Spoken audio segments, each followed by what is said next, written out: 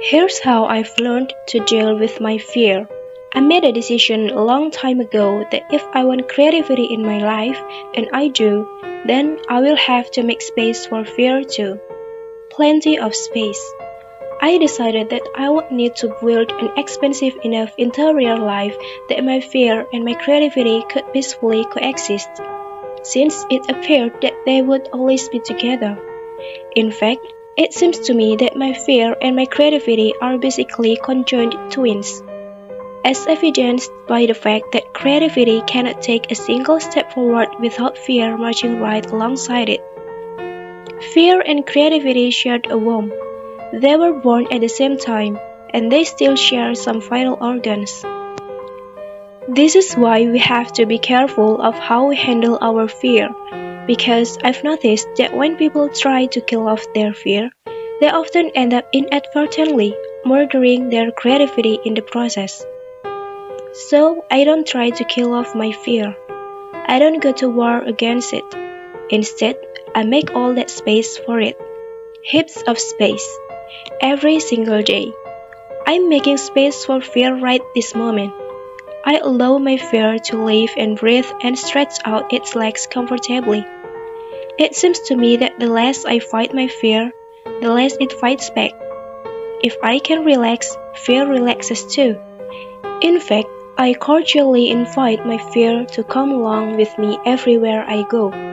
I even have a welcoming speech prepared for fear, which I deliver right before embarking upon any new project or big adventure.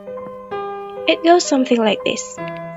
Dearest fear, creativity and I are about to go on a road trip together. I understand you'll be joining us because you always do. I acknowledge that you believe you have an important job to do in my life and that you take your job seriously. Apparently, your job is to induce complete panic whenever I'm about to do anything interesting. And may I say, you are superb at your job. So, by all means, keep doing your job if you feel you must. But I will also be doing my job on this road trip, which is to work hard and stay focused. And creativity will be doing its job, which is to remain stimulating and inspiring. There's plenty of room in this vehicle for all of us, so make yourself at home, but understand this. Creativity and I are the only ones who will be making any decisions along the way. I recognize and respect that you are part of this family, and so I will never exclude you from our activities. But still, your suggestions will never be followed.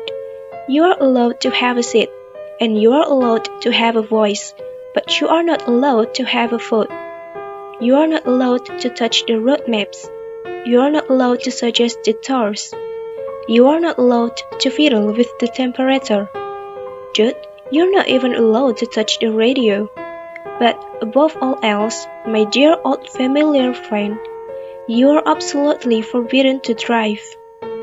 Then we head off together, me and creativity and fear, side by side forever, advancing once more into the terrifying but marvelous terrain of unknown outcome.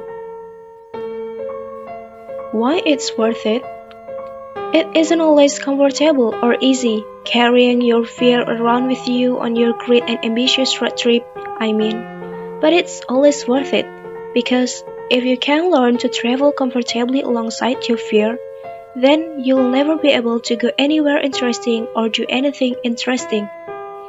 And that would be a pity, because your life is short and rare and amazing and miraculous, and you want to do really interesting things and make really interesting things while you are still here. I know that's what you want for yourself, because that's what I want for myself too. It's what we all want. And you have treasures hidden within you, extraordinary treasures, and so do I, and so does everyone around us. And bringing those treasures to light takes work and faith and focus and courage and hours of devotion, and the clock is ticking and the world is spinning, and we simply do not have time anymore to think so small.